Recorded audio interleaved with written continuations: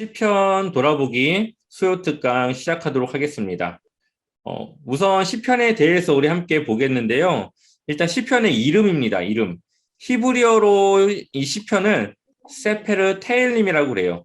찬양의 책이라고 하는 뜻이거든요.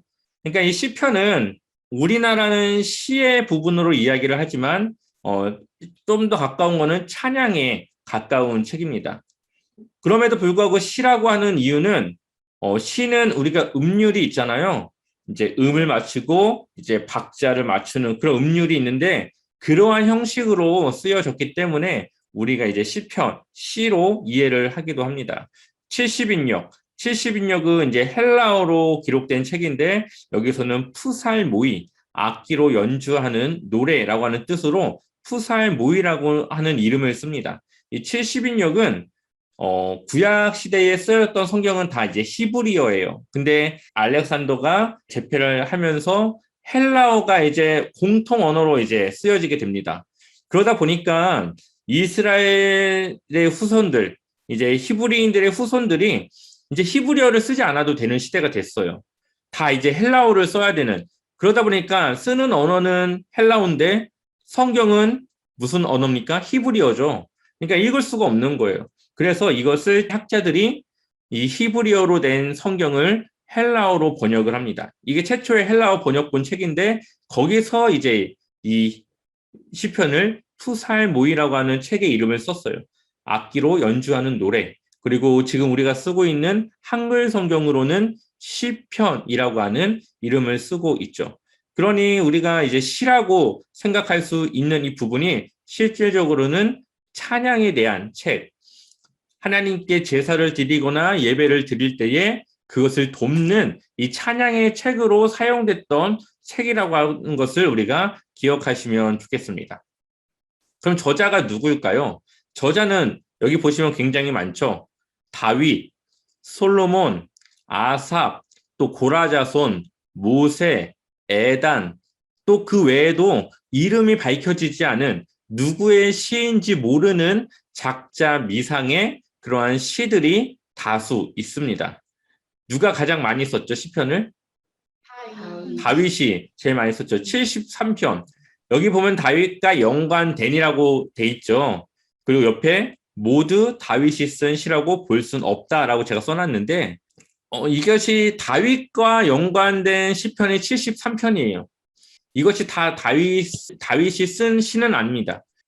이것이 다윗에게 주어진, 다윗에게 헌정된 시도 있고요.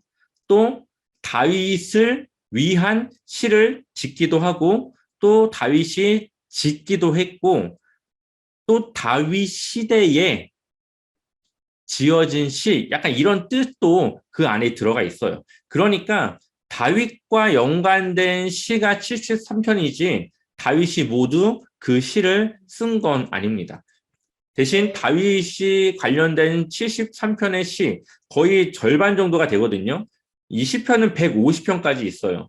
그중에 73편이면은 거의 절반 조금 안 되는 정도의 이 시기 때문에 굉장히 이 다윗이 이 찬양의 중심에 있다라고 우리가 볼 수가 있는 거죠. 굉장히 이 다윗 시대, 다윗이 이 시에 시편에서 굉장히 중요한 역할을 하고 있다라고 우리가 생각을 할 수 있습니다. 그리고 솔로몬, 아삽, 그리고 또 한 가지 특별한 게 뭐죠? 모세가 껴있죠. 모세는 굉장히 오래전 사람인데 모세의 시도 한 편이 이 안에 들어가 있습니다. 기록 시기를 보게 되면은 아까 시를 쓴 사람 중에 모세가 있었죠. 모세에서부터 그리고 바벨론 포로 이후까지 약 1000년 정도의 시간에 걸쳐서 이 시편이 창작되거나 지어지거나 아니면 지어져 있던 시를 수집을 해서 지금 우리가 보고 있는 150편이라고 하는 이 시편의 그 형태의 모습을 갖추게 됩니다. 이 1000년이라고 하는 시간은 성경에 있는 모든 책 중에 가장 오랜 기간을 가진 책이에요. 1000년 동안에 쓰여진 책이니까. 그리고 특별히 이 1000년대, 이 통일왕국이 시작되는 그때부터 포로 기환까지 이 400년대까지의 작품들이 주를 이루고 있습니다. 그것은 이스라엘 역사에서 이제 사울 왕으로부터 시작됐던 그 역사부터 국가가 멸망할 때까지의 그 배경을 주로 이 시로, 이 찬양으로 지어지게 되었다라고 볼 수가 있죠. 그만큼 그 기간 동안에 많은 이 하나님을 따르는 사람들의 그 심정의 변화가 많이 있었다. 그리고 보면은 그 이후에 보면은 오늘날의 형태와 같은 우리가 보고 있는 150편의 그 시편의 모습은 바벨론 포로에서 귀환한 후에 새롭게 성전이 재건되고 당시 예배 때 사용하기 위해 시편이 모아졌을 것이라고 이제 학자들이 추측을 합니다.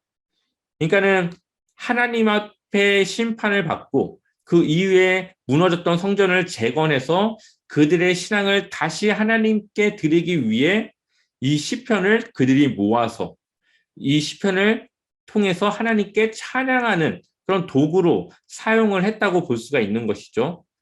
그러니 이들이 과거에 있었던 여러 가지 희노애락을 이 시편에 담았고 이 시편을 찬양할 때마다 그러한 순간순간들을 기억하면서 하나님께 감사하고 또 하나님께 찬양하고 때로는 자신들의 지난 잘못들을 다시 되돌아보고 약간 그러한 것들로 이들이 사용을 했음을 우리가 볼 수가 있습니다.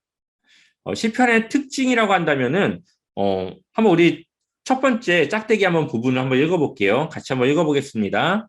시편은 다른 성경과 다르게 하나님께서 인간에게 주신 말씀이 아니라 인간이 하나님께 드리는 내용을 담고 있다. 네, 모든 성경은 하나님께서 선지자라던가 아니면 모세와 같은 바울과 같은 그러한 하나님의 사람들에게 주신 감동을 통해서 책을 쓰게끔 합니다. 그런데 이 시편은 반대로 돼 있죠. 하나님께서 인간에게 주신 말씀이 아니라 우리가 가지고 있는 이 감정과 이 심정을 누구에게 드립니까? 하나님께 드립니다. 자, 그렇다면 이것을 성경, 하나님의 말씀이라고 할 수 있는가라고 하는 생각을 할 수가 있어요. 하지만 우리가 좀 더 큰 틀에서 모든 성경이 하나님의 감동으로 쓰여졌죠. 여기서 말하는 감동은 그 사람의 마음 가운데 이 성령님을 통해서 하나님께서 주시는 메시지가 있었고 그것을 기록하게끔 하나님께서 그 사람과 함께 동행하고 역사했다라고 우리가 볼 수가 있는 건데 하나님 앞에 신앙을 가진 이 신앙인들이 각자가 처한 그 상황 속에서 내가 어떻게 하는 것이 하나님을 위한 일인지 내가 여기서 하나님을 위해 무엇을 해야 되는지 여러 가지 감정들이 뒤섞인 그 마음을 하나님께 드릴 때에 그것이 우리 인간의 마음이 아니라 그 사람을 인도하는 그 성령님의 그 인도하심을 따른 그 고백이라고 볼 수가 있는 거죠. 그것이 뭡니까? 기도죠. 그것이 찬양이죠. 그러니까 이 시편은 이 찬양이기도 하지만 잘 보시면은 기도로 볼 수도 있어요. 우리의 어려운 순간 하나님의 도우심을 구하고 우리의 기쁨의 순간 하나님께 감사를 드리는 우리의 기도라고도 볼 수가 있죠.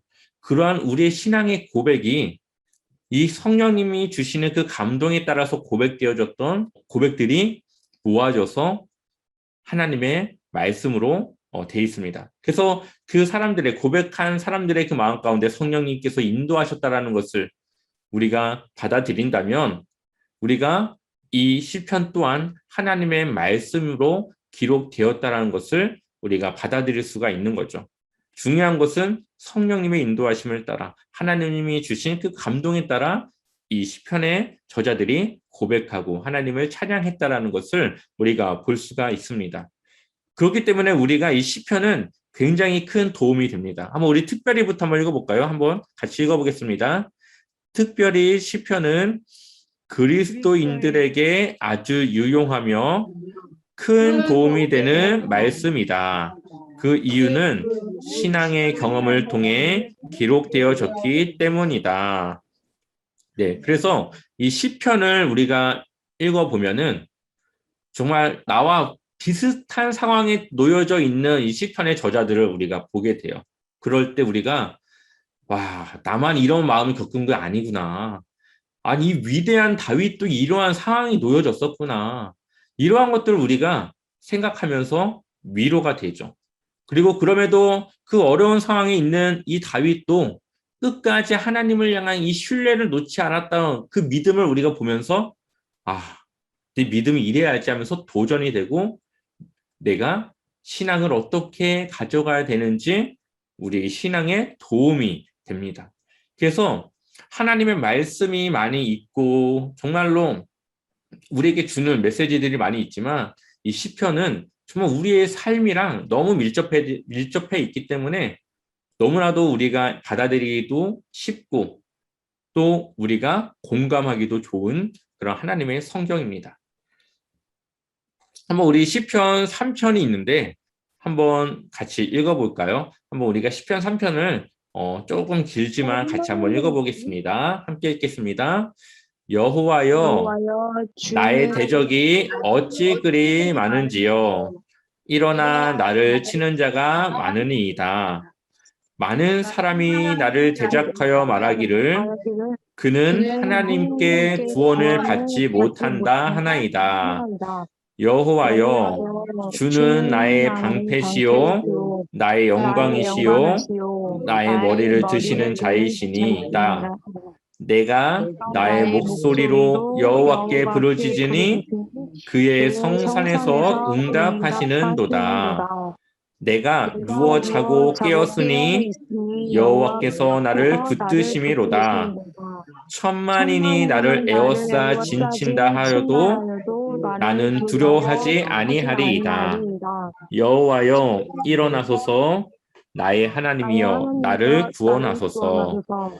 주께서 주께서 나의 나의 모든 모든 원수의 뺨을 원수의 뺨을 치시며 치시며 악인의 악인의 이를 일을 꺾으셨나이다. 꺾으셨나이다. 구원은 구원은 여호와께 여호와께 있사오니 있사오니 주의 주의 복을 복을 주의 주의 백성에게 백성에게 내리소서. 내리소서. 아멘. 이 시편을 보게 되면은 이 표제라는 게 있어. 표제. 쉽게 말하면 이 제목 같은 거예요. 제목. 여기서의 표제는 여기 써 있습니다. 다윗이 그의 아들 압살롬을 피할 때 지은 시라고 써 있죠. 이게 이 시의 표제, 제목이에요. 이 시가 누가 썼고 어떠한 상황에 쓰여졌는지를 우리에게 그 정보를 주고 있죠. 이 시를 누가 썼습니까? 다윗이 썼어요. 그가 언제 썼어요? 아들 압살롬을 피할 때. 압살롬이 반역을 했고 압살롬이 자신의 아버지 다윗을 죽이려고 막 쫓아다닙니다. 그리고 다윗은 그것에 대적하지 않고 피해서 도망 다녀요. 그때 이 시를 쓴 거예요.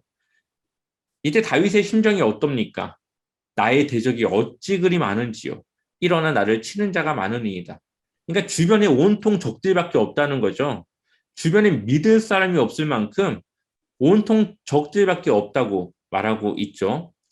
그리고 많은 사람들이 나를 대적하여 말하기를 그는 하나님께 구원을 받지 못한다 하나이다. 그러니까 이 사람들이 볼 때에 다윗이 그러한 상황 속에서 목숨을 구할 수가 없을 것이라고 지금 말하고 있는 거예요. 그만큼 다윗이 이 압살롬을 대적하기가 쉽지가 않은 상황, 그 목숨을 보존하기가 아주 어려운 상황에 처해 있음을 우리가 볼 수 있습니다. 근데 다윗은 뭐라고 고백합니까? 여호와여, 주는 나의 방패시요, 나의 영광이시요, 나의 머리를 드시는 자이시니이다. 그가 누구를 의지합니까? 여호와를 의지하죠. 다윗은 이렇게 많은 사람들의 부정적인 이야기와 자신의 위험한 상황에서도 하나님을 향한 신뢰를 놓지 않아요. 주는 나의 방패시요, 나의 영광이시요, 나의 머리를 드시는 자이시니이다. 하나님께 자신의 모든 걸 맡기고 있죠. 내가 나의 목소리로 여호와께 부르짖으니 그의 성산에서 응답하시는도다. 하나님과 기도를 통해서 끊임없이 교제하고 하는 것을 보게 됩니다. 내가 누워 자고 깨었으니 여호와께서 나를 붙드심이로다. 그러니까는 다윗이 자는데 자신의 목숨이 자고 있는 사이에 날아갈 수도 있는 상황인 거예요. 그런데 아침에 일어나서 그가 뭐라고 고백해요? 여호와께서 나를 붙드심이로다. 그러니까 살아있다는 거죠. 하나님께서 도와주셔서 천만인이 나를 에워싸 진친다 하여도. 그러니까 주변에 자신 혼자만 고립된 주변에 나 자신을 애워 진친다 하더라도 그들의 대적이 그가 두려워하지 않는 이유는 하나님께서 원수의 뺨을 치고 악인의 이를 꺾고 자신을 구원하실 것을 그가 믿고 있는 거죠. 이게 이제 탄식시로 들어가는데요. 그럼에도 마지막은 하나님을 향한 신뢰가 들어가죠. 그래서 이 탄식시 안에는 늘 이렇게 대부분 신뢰시가 들어갑니다. 그래서 마지막에 이 셀라, 그리고 중간중간 셀라라고 하는 말이 나오는데 이 셀라는 두 가지 의미를 가지고 있습니다. 하나는 여기 보시면은 뭐를 높이라고요? 목소리를 높여라. 그러니까 이 셀라는 구원을 받지 못한다 하나이다 이게 아니에요. 원래는 이 이스라엘 백성들이 하는 식을 하면은 구원을 받지 못한다 하나이다 이렇게 목소리를 높이는 거예요. 마지막에는. 그래서 이 목소리를 높여서 이제 그 다음에는 뭔가 내용의 전환이 생기는 이 전환점을 구분하는 그런 역할도 해요. 그래서 1절과 2절은 자신의 그러한 위험한 상황에 처해 있음을 이야기한다면 그 다음부터는 하나님에 대한 신뢰에 대한 이야기로 내용이 바뀌죠. 그리고 그 다음부터는 자신이 이 4절 셀라에서가 끝난 이후에 5절부터는 이제 하나님께서 나에게 어떻게 해주길 원하는지, 자신이 어떻게 하나님을 신뢰하고 있는지 그 믿음을 고백하는. 그래서 이 셀라는 이 마지막 부분을 음을 높여라 이런 의미가 있고, 그리고 이 셀라가 나온 이후의 내용은 앞절과 조금 다른 분위기의 내용이 나오는 이 구분점의 역할도 한다는 것을 우리가 기억하면 좋겠습니다. 그래서 보통 셀라는 읽는 부분은 아니에요. 그냥 읽지는 않고 그냥 넘어가는 그런 부분입니다. 자, 그럼 시편은 예배와 뗄래야 뗄 수가 없습니다. 우리가 예배 시간에 우리는 지금 하고 있지는 않지만 이 교동문이라는 게 있죠. 교동문의 내용이 대부분 이 시편의 내용이에요. 그래서 이 시편은 이 찬양으로서 예배와 아주 밀접하다라는 것을 우리가 볼 수가 있는데 그 이유는 이 시편은 우리 인생의 사계절을 담고 있는 말씀입니다. 희노애락, 우리 인생의 기쁨과 슬픔과 또 여러 가지 많은 감정들을 담아내고 있는 말씀이에요. 그렇기 때문에 우리가 예배 시간에 모였을 때에 다 각자 상황이 틀리죠. 누군가는 기쁘고 누군가는 슬프고 누군가는 힘들고 누군가는 더 다른 상황이 있을 수 있고 그러한 다양한 상황 속에 있는 그리스도인들에게 위로를 줄 수 있고 회복을 줄 수 있고 또한 도움을 줄 수 있는 그런 영향력을 가진 말씀이 바로 이 시편의 말씀입니다. 그리고 이스라엘의 종교 축제 때 이제 중간중간 이 절기와 같은 종교 축제가 있는데 그때 이 시편이 사용이 됩니다. 그래서 특별히 예수님이 제자들과 함께 최후의 만찬을 하고 난 이후에 감난산으로 이동할 때에 찬양을 부르셨다라고 기록이 되어져 있거든요.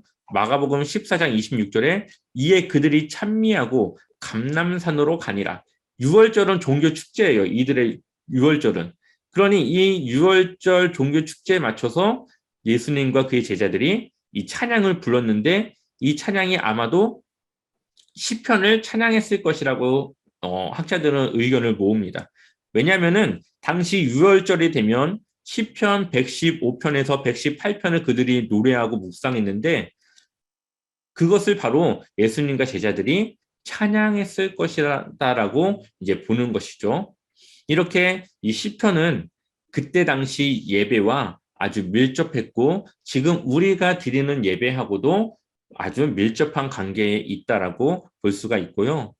또 종교개혁을 이루었던 루터는 늘 이 시편을 통해서 용기와 위로를 받았고 시편 46편을 바탕으로 내주는 강한 성이요라고 하는 찬송가를 만들기도 했습니다. 그리고 예수님 이후에 많은 순교자들이 나오는데 그 순교자들이 마지막 가장 많이 부른 성경이 시편이었다고 이야기를 합니다. 또한 예수님도 십자가에서 그 최후를 맞이하실 때 하나님을 향해서 절규하시는데 그 절규의 내용이 시편 31편 5절을 인용하여서 마지막 그 말씀을 하시고 끝내십니다. 한번 우리 누가복음 23장 46절 한번 읽어볼까요? 함께 읽어보겠습니다. 예수님께서 큰 소리로 부르짖으셨습니다. 아버지, 아버지의 손에 내 영혼을 맡깁니다. 이 말씀을 하신 후 예수님께서 돌아가셨습니다. 이것이 이제 예수님의 마지막 모습이 담겨져 있는 누가복음 23장 46절의 말씀인데 여기에 마지막으로 뭐라고 말합니까? 아버지의 손에 내 영혼을 맡깁니다 라고 말하죠. 이것이 그냥 예수님이 생각나서 말씀하신 게 아니에요. 시편에 이미 있는 말씀을 고백하신 거예요. 시편 31편 5절을 보면 내가 나의 영을 주의 손에 부탁하나이다. 이 내용을 예수님이 고백을 하신 거죠. 그러니까 예수님도 마지막 순간에 이 시편의 내용을 고백했고 이러한 모습을 통해서 예수님의 제자들과 그 이후에 있었던 많은 순교자들이 이렇게 시편을 마지막으로 부르면서 그들의 이제 순교를 맞이했다라고 이야기를 합니다. 또한 아까 말했다시피 우리가 교동문으로도 많이 시편을 쓰기도 하고 또 우리가 지금 부르고 있는 찬송가 그리고 우리가 부르고 있는 복음성과 그리고 우리가 부르는 이 CCM에도 이 시편에 이 내용들이 많이 들어가 있는 것을 보게 되죠. 그만큼 시편은 우리의 삶과 많이 가깝기 때문에 우리에게 공감할 수 있고 우리에게 아주 와닿는 그러한 내용이라는 것을 우리가 알 수가 있습니다. 그리고 또 한 가지 재미있는 것은 이 초대교회 당시에 많은 사람들이 성경에 대해서 잘 몰랐어요. 왜냐하면 지금처럼 성경이 보급됐던 시기가 아니기 때문에 예수님의 제자들이라던가 당시 다른 사람들에 의해서 듣는 말씀만 그들이 알 수 있을 뿐이지 성경에 대해서 몰랐을 그런 시대에 사람들이 이 시편에 대해서만큼은 마음에 새겨졌다고 합니다. 그러니까 한번 들으면은 기억이 남는 거예요. 그 시편의 내용이. 그래서 그들이 일상에서 시편을 노래하고 그것을 부르고 그랬을 때에 그들의 삶이 소생되어지고 또 많은 일들이 치유되고 그들 안에서 많은 일들이 일어났던 것을 기록을 하고 있습니다. 그만큼 많은 사람들이 쉽게 기억하고 받아들일 수 있는 성경이 이 시편이라는 것을 우리에게 보여주고 있고요. 또한 587년 니케아 회의에서는 시편을 익히 알고 있지 않으면 사제들을 감독으로 세우지 않았습니다. 이때 당시는 기독교와 천주교가 분리되지 않았던 시대예요. 이때의 사제의 감독, 이 감독은 굉장히 높은 직책이거든요. 이 감독을 맡기 위한 자격으로 뭘 뒀습니까? 시편을 알아야 된다. 왜냐? 이 시편에는 인생이 담겨 있기 때문에 성도들의 인생을 이해하고 그들의 마음을 위로해 줄 수 있으려면은 이 시편에 대해서 알아야 된다고 그들이 본 것이죠. 또한 이어서 653년 톨레도 회의에서도 시편 150편을 시편의 전체를 완벽히 아는 사람들만 교회에 직분을 주었다고 이야기합니다. 교회 직분자들은 당시 예배를 인도해야 됐고 사람을 세워야 됐고 그 교회 리더로 세워지는 사람들인데 그러기 위해서는 이 사람들을 이해할 수 있고 권면할 수 있는 이 시편의 말씀들을 알아야 된다라고 본 것이죠. 이만큼 이 시편은 예배하고도 밀접해 있고 또 교회의 이러한 중요한 직분과도 많이 밀접해 돼 있었다는 것을 우리가 기억하면 좋겠습니다. 시편은 어떻게 구분이 되어 있느냐? 시편은 총 몇 편이 있습니까? 150편이 있습니다. 그리고 이 150편은 5권의 책으로 나눠져요. 우리는 그냥 1편에서 150편까지 보지만 실제로 이 시편은 5권의 책이 모아진 모음집과 같은 그런 책이에요. 그래서 시편 제1권은 1편에서 41편까지고 제2권은 42편에서 72편까지 제3권은 73편에서 89편 그리고 제4권은 90편에서 106편 제5권은 107편에서 150편 이렇게 5권으로 나눠져 있는데요. 사실 이 시편은 우리가 이 흐름을 잡기가 어려워요. 많은 신학자들이 예전에는 이 시편을 연구할 때에 한 권 한 권의 책을 연구를 했어요. 그런데 이 시편이 아마 이 모았을 당시에는 의도가 있을 거란 말이죠. 왜 이 시편을 150편을 모았고 왜 이런 내용들을 거기에 넣고 이들이 어떠한 의도로 이 시편을 모으는 이 기준이랑 그런 것들이 있을 텐데 그런 것들을 사실 파악하기가 쉽지가 않았습니다. 그래서 이 시편을 이제 조금 자세히 보는 식의 연구가 많이 진행되다가 최근 들어서는 이 시편을 이 통으로 보는 연구들이 이제 일어나기 시작해요. 그래서 시편은 아직도 많은 학자들에 의해서 연구가 되고 있는 책이고 왜 시편이 이렇게 모아지게 됐고 왜 이렇게 순서가 이렇게 연결이 되어지고 있는지에 대해서 그 연결점이 무엇인지에 대해서 지금 활발히 연구를 하고 있어요. 그래서 이 시편은 아직도 많이 알아가고 있는 책이고 그리고 한 번에 이 큰 그림을 보기에는 쉽지 않은 책이라는 것을 우리가 기억을 해야 됩니다. 그럼에도 불구하고 우리가 좀 연결점을 짓는다면은 이스라엘의 역사에 따른 순서로 보는 것이 지금으로서는 조금 가깝습니다. 뭐 다윗 시대부터 해가지고 하나님을 향한 가장 좋았던 안정기 시대, 그리고 그들이 타락했던 시대, 분열 왕국 시대, 그리고 그들이 포로로 갔던 시대, 그리고 다시 귀환한 시대, 이런 시대의 순으로 이 시편의 흐름이 연결되어져 있는 것을 최근에 학자들이 이제 발견을 하게 돼요.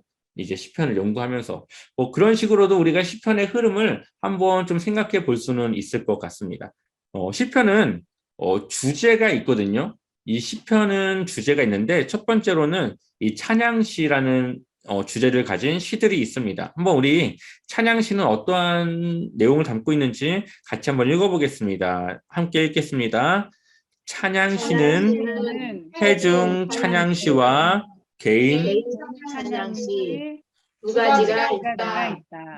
개인 찬양시는 각 성도가 일상에서 홀로 부르는 찬송이었으며 회중 찬양시는 성도들이 함께 모여 하나님께 예배를 드릴 때 사용했던 것이라고 볼 수 있다. 네, 여기까지 읽을게요. 찬양시는 두 가지가 있다고 그랬죠. 하나는 회중 찬양시, 그리고 또 다른 하나는 개인 찬양시. 그래서 개인 찬양시는 우리 각 성도 한 사람 한 사람이 그냥 혼자 부르는 거예요. 그냥 하나님, 그냥 우리가 혼자 뭐 하다가도 하나님께 그냥 찬양하고 하잖아요. 고백하잖아요. 그러한 것들을 이제 담은 시고, 회중 찬양시는 성도들이 함께 모여서 다 같이 뭐 예배를 드린다던가 어떤 모임이 있다던가 할 때에 하나님께 예배 때 부를 이제 찬양으로 있는 시죠. 그래서 이 쓰여진 그러한 이유가 다릅니다. 그리고 찬양시는 인간이 존재하는 이유와 목표가 하나님을 찬양하는 일에 있다는 사실을 우리에게 알려주고 있습니다. 시편은 하나님의 백성들에게 찬양과 기도를 통해 자신들의 모든 것을 주님께 제물로 드리라고 권고합니다. 이러한 의미에서 찬양은 인간이 하나님께 드리는 가장 기본적인 예물이고 또 영원히 드리게 될 예물이다라고 기록되어져 있습니다. 우리가 하나님께 이제 나중에 천국에 가서도 우리가 해야 될 일은 하나님을 찬양하는 일입니다. 저는 옛날에 이런 생각을 한 적이 있어요. 천국 가면은 하루 종일 예배만 드릴 텐데, 이게 과연 재밌을까라는 생각을 했던 적이 있습니다. 근데 제가 이제 예전에 이제 또 말씀을 보면서 생각했던 것은 우리가 지금은 하나님의 그 영광에 대해서 제대로 체험할 수가 없고 그것에 대해서 우리가 참 아직은 잘 모르지만 때때로 우리가 하나님의 그 영광 앞에서 우리가 정말 저절로 찬양이 나오고 기쁨이 터지고 정말 하나님을 예배하고 믿는다라는 것이 얼마나 행복한 것인지를 우리가 경험할 때가 있거든요.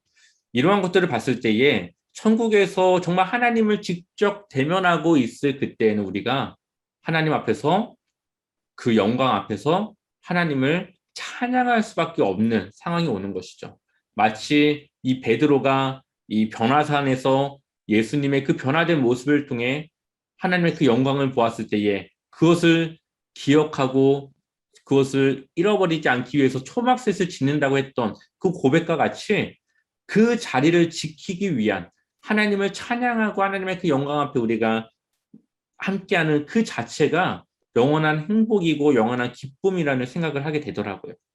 하나님은 우리가 정말 직접 뵀을 때는 바로 하나님을 찬양할 수밖에 없는 그 영광이 우리 안에 있게 될 것이라는 생각을 하게 됩니다. 그런 면에서 우리가 앞으로 하나님을 위한 영원한 찬양을 우리가 하나님 나라에서 드리게 될 것이라는 것입니다. 네, 두 번째로는 이제 탄식시입니다. 탄식시도 한번 우리 같이 읽어볼게요. 같이 읽어보겠습니다. 삶이 고달프고 어려우면 찬양보다 원망이 앞서는 것이 인간의 본성이다. 환난 중에 있는 성도가 궁지에 몰린 자신의 처지를 한탄하며 하나님을 원망하기 쉽지만 당면한 어려움에 대하여 하나님을 찬양하는 것은 결코 쉬운 일이 아니다. 네. 우리가 인생을 살아가면서 사실 기쁨이 많기는 하지만 그럼에도 불구하고 하나님 앞에 원망하거나 자신의 이 처지를 한탄할 일들은 더 많습니다. 이 불공정하고 정말 이 하나님의 말씀과 다른 이 세상의 이치로 흘러가는 이 세상 속에서 우리가 살아가기 때문에 우리는 어려운 일들을 많이 당면하게 되어지죠. 이러한 상황 속에서 하나님을 찬양하는 일은 굉장히 힘든 일이죠. 그래서 이 탄식시는 그 다음에 보게 되면은 영적 지표로 불리기도 합니다. 왜냐하면 우리가 힘들지만 어렵지만 정말 하나님을 찬양할 이유가 전혀 없지만 그럼에도 불구하고 우리가 하나님을 찬양하고 하나님을 신뢰하고 하나님을 향한 우리의 믿음을 고백한다면 그것은 우리가 하나님 앞에 믿음이 성숙하다고 하는 것이고 그 믿음의 뿌리가 아주 깊이 자리 잡혀 있다고 하는 것을 우리가 보여주는 것이기 때문에 이것은 우리의 신앙인들의 영적 지표라고 불릴 수 있습니다. 그리고 탄식시로 구분되는 시편들에서 이 찬양시들에서도 흔하지 않은 매우 강력한 하나님에 대한 신뢰의 고백이 등장하기 때문에 신뢰시라고 부르기도 합니다. 자신이 찬양할 이유가 전혀 없는데 지금은 하나님이 전혀 도와주는 것 같지 않은 상황인데 그럼에도 불구하고 하나님이 자신을 구원하시며 자신을 위해 일하실 것이라고 하는 이 찬양과 이 신뢰에 대한 고백이 들어감으로써 어느 때보다도 더욱 강력한 하나님을 향한 신뢰의 고백이 되어질 수 있는 것이죠. 그래서 탄식시로 불리기도 하지만 때로는 이 탄식시가 신뢰시로 불리기도 합니다.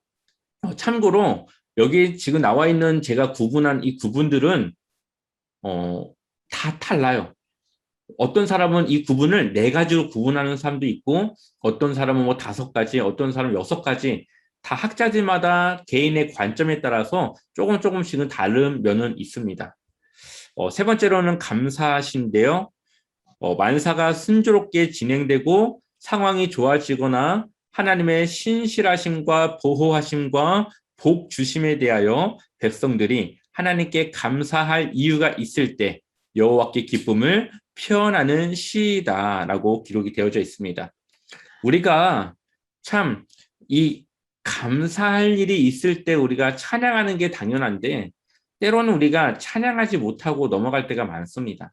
그냥 스스로 만족하고 그냥 스스로 잘해서 그 일들이 일어난 걸로 우리가 생각하고 넘어갈 때가 있는데 우리가 이 시편의 이러한 시들을 통해서 우리가 늘 하나님께 감사하고 하나님께 우리의 믿음을 고백해야 되는구나를 다시 한번 생각하면서 우리가 우리의 신앙을 돌아볼 수가 있는 것이죠. 그래서 시편에는 6개의 공동체 감사시 그리고 10개의 개인 감사시가 들어 있습니다. 네 번째로는 구원시, 다른 말로는 구속사시라고도 이야기를 합니다. 시편 안에는 한 5개 정도의 시가 이 구원시에 속해 있고요. 이스라엘 백성 가운데 행하신 하나님의 구속 사역의 역사. 그러니까 뭐 애굽에서 그들을 구원했다던가 아니면은 이스라엘의 뭐 포로에서 귀환했다던가 하는 그러한 역사적인 사건과 맞물린 그러한 구속에 대한 구원에 대한 그러한 시가 기록이 되어져 있습니다. 다섯 번째로 마지막인데요. 이제 지혜시입니다. 8개의 시가 지혜시로 속해 있고요. 내용은 잠언과 아주 유사합니다. 그래서 이 시편은 지혜 문학과도 연관이 있어요. 그래서 지혜서라고 하는 전체 안에 이 시편이 포함되어 들어가기도 합니다. 또 지혜와 지혜로운 생활의 유익을 찬양하고 있다. 그래서 하나님이 주시는 이 믿음과 삶 속에서 우리가 지혜롭게 살아가는 것이 당연한 일이라는 것을 우리에게 말하고 있고 또 이러한 잠언과 유사하게 우리에게 지혜를 주기도 한다라고 볼 수가 있습니다. 우리가 한 가지 조금 뭐 볼만한 내용이 하나 있는데요. 우리 한번 시편 109편인데요. 이 시를 보면은 조금 우리의 생각과 다른 이런 시가 있나라는 생각을 하게 할 정도로 이제 조금 우리의 생각과 다른 시가 있습니다. 1편 109편 1절부터 4절까지를 보게 되면은 뭔가 이 시인이 어려움에 처해 있는 걸로 보입니다. 그 2절을 보게 되면은 그들이 악한 입과 거짓된 입을 열어 나를 치며 속이는 혀로 내게 말하며 그러니까 뭔가 모함을 지금 듣고 있는 것이죠. 또 미워하는 말로 나를 두르고 까닭없이 나를 공격하였고 나를 사랑하나 그들은 도리어 나는 사랑하나 그럼에도 불구하고 이 시인은 상대방을 사랑하는데 그들은 도리어 나를 대적하니 나는 기도할 뿐이라. 지금 뭔가 어려운 상황에 있는데 그럼에도 불구하고 하나님께 기도해요. 근데 뭐라고 기도하는지 아십니까? 6절부터 한번 11절까지 한번 읽어볼까요? 같이 한번 읽어보겠습니다. 악인이 그를 다스리게 하시며 사탄이 그의 오른쪽에 서게 하소서. 그가 심판을 받을 때에 죄인이 되어 나오게 하시며 그의 기도가 죄로 변하게 하시며 그의 연수를 짧게 하시며 그의 직분을 타인이 빼앗게 하시며 그의 자녀는 고아가 되게 그의 아내는 과부가 되며 그의 자녀들은 유리하며 구걸하고 그들의 황폐한 집을 떠나 빌어먹게 하소서. 고리대금하는 자가 그의 소유를 다 빼앗게 하시며 그가 수고한 것을 낯선 사람이 탈취하게 하시며 네, 아멘. 아멘을 해야 될지 참 난감한 그런 말씀이죠. 이것은 이 구분적으로 보면은 이 저주시로 들어갑니다. 저주시. 이 시편에는 좀 몇 개 정도의 저주시가 이제 들어가 있어요. 우리가 이 6절부터 11절까지 보았듯이 상대방에게 이러한 저주를 퍼붓나라는 이제 이러한 생각이 들 정도로 이 저주시가 이제 들어가 있는데 그럼 우리는 이것을 어떻게 이해해야 되는가라는 부분이 우리에게는 이제 남겨져 있는 것이죠. 여러분들이 보시니까 어떠십니까? 이 시의 내용이. 무서워요. 네. 와, 그의 자녀가 고아가 되게 해달라고 기도하고 있고 그 아내가 과부가 되게 해달라고 기도하고 있죠. 자, 그렇다면 우리가 이 저주시를 어떻게 좀 이해를 해야 될까요? 왜 이러한 시가 지금 이 시편에 포함되어져 있을까요? 우리가 일상에서 원한, 분노, 증오 같은 감정들을 우리가 가질 때가 있습니다. 그리고 그것이 때로는 상대방에게 행동으로 이어지게 되죠. 이제 사회적인 범죄 같은 경우를 보게 되면은 이것이 다 원한이라던가 분노라던가 증오 같은 그러한 악한 감정에서부터 그것이 감정에서 끝나는 것이 아니라 행동으로 이어질 때에 이 범죄가 일어나게 되는데 이 저주시의 이러한 역할 그리고 이 저주시가 들어가 있는 이유는 이러한 우리의 마음의 분노를 언어, 즉 단어로 표현함으로써 우리가 그것을 표출할 수 있게 해주는 거예요. 우리가 감정을 조절하지 못해서 우리가 그것을 막 어떻게 막 표현할 수 없어서 범죄로 이어지지 않도록 그것을 우리가 조금이나마 감정이라던가 그러한 마음을 표출함으로써 그것을 다스릴 수 있도록 하는 것이 범죄가 일어나는 것보다는 더 낫다라고 하는 판단에서 이러한 저주시가 들어가 있습니다. 대신 이 저주시라고 하는 것이 이 사람에게 가면 진짜 이게 저주가 되는 것이죠, 이게. 그런데 이것은 이 상대방 사람을 향한 것이 아니라 하나님께 드리는 거예요. 그러니까 이 시편을 이 기록한 이 저자가 왜 이런 말을 하겠습니까? 그만큼 자신의 그러한 감정이 아주 지금 좋지 않고 자신의 그 화를 자신이 막 억제할 수 없는 아주 그러한 힘든 상황 가운데 있는 거예요. 자신이 벗어나려고 하지만 벗어날 수 없고 피하고 싶지만 피할 수 없고 얼마나 이 상황이 힘들겠습니까? 누구도 도움을 자신에게 줄 수 없고 그 이야기를 할 수가 없는데 오직 하나님께 자신의 이 마음을 정직하게 표현을 하는 겁니다. 우리 하나님께서는 우리가 정직하게 우리의 모든 감정을 다 표현할 수 있음을 지금 이 시를 통해서 보여주고 있는 것이에요. 그래서 우리가 우리의 원한이라던가 이러한 나쁜 감정을 누군가에게 진짜 표현하지 않고 하나님 안에서 이것을 해결할 수 있도록 그리고 나의 이러한 마음과 이러한 감정을 갖게 한 그 상대방에 대해서 하나님께 맡기는 그리고 하나님께서 정말 그 일을 해결하고 처리할 수 있도록 하나님께 신뢰하는 하나님께 맡겨드리는 그러한 믿음의 고백이 이 시 안에 들어가 있다고 하는 것이죠. 그래서 이 내용적인 부분으로 보면은 아주 정말 우리가 입에 담기 힘든 그런 표현들이 있지만 그것은 그 사람이 그만큼 힘들고 악한 감정이 있는데 그럼에도 불구하고 이것을 상대방에게 연결하지 않고 하나님 안에서 해결하려고 하는 이러한 부분들을 우리가 보고 우리가 힘든 일, 어려운 일, 정말 내가 참을 수 없어서 상대방에게 해를 해하고 싶은 그런 마음이 들었을 때에 그것을 하나님께로 돌려야 된다고 하는 그 메시지를 우리에게 지금 주고 있는 것입니다. 그러한 면에서 우리는 이러한 시를 이해해야 되고 받아들여야 되는 것이죠. 이해되시나요? 네. 네. 그래서 표현은 조금 가격하지만 이러한 정직한 자신의 감정의 표출, 그리고 하나님께서는 그 표출을 이해하시겠죠. 이것이 그 사람이 정말 그렇게 되도록 하기 위한 강구가 아니라 그만큼 자신의 감정이 좋지 않은 그런 상황이라는 것을 하나님께 표현하는 것이고 하나님께 맡겨드리는 것이다 라고 우리가 이해하면 되겠습니다. 마지막인데요. 시편과 하나님의 성호입니다. 이 시편 안에 나와 있는 하나님의 그런 역할들이라고 보시면 될 것 같아요. 첫 번째는 엘 샤다이. 무슨 하나님이에요? 전능하신 하나님.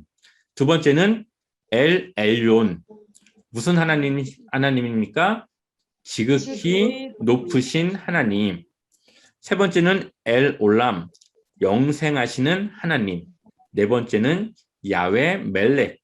왕이신 여호와. 다섯 번째는 야훼 셰바옷. 만군의 여호와. 여섯 번째는 아도나이 야훼. 우리의 주인 되시는 하나님. 일곱 번째는 엘로힘. 창조주 하나님. 여덟 번째는 야훼.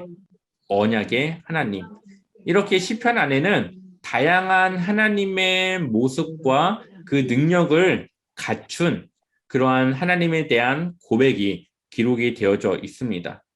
그래서 우리가 어떠한 상황에 있든지 우리가 이 시편을 잘 기억하고 이 시편을 통해서 우리의 상황을 위로받을 수 있고 우리가 다시 새 힘을 얻을 수 있는 말씀이 바로 이 시편이라는 것을 우리가 기억하시면 되겠습니다. 그래서 우리가 이제 시편을 다음 주 이제 월요일, 화요일까지 보면은 이제 시편을 또 마무리하고 또 다른 말씀으로 들어가겠지만 우리가 앞으로 또 계속적으로 시편에 대해서 묵상을 하게 될 텐데 이 시편이 우리의 삶과 아주 밀접한 관계에 있는 말씀이라는 것을 기억하시고 이 시편을 통해서 여러분들의 그런 묵상, 이 큐티를 통해서 많은 위로가 있었으면 좋겠고 또 아멘. 정말로 내가 하나님께 기도했던 그런 기도와 연관해서 또 하나님의 메시지가 여러분들에게 전해질 수 있는 그러한 말씀으로 여러분들에게 도움이 되었으면 좋겠습니다. 오늘 강의는 여기까지 하겠습니다.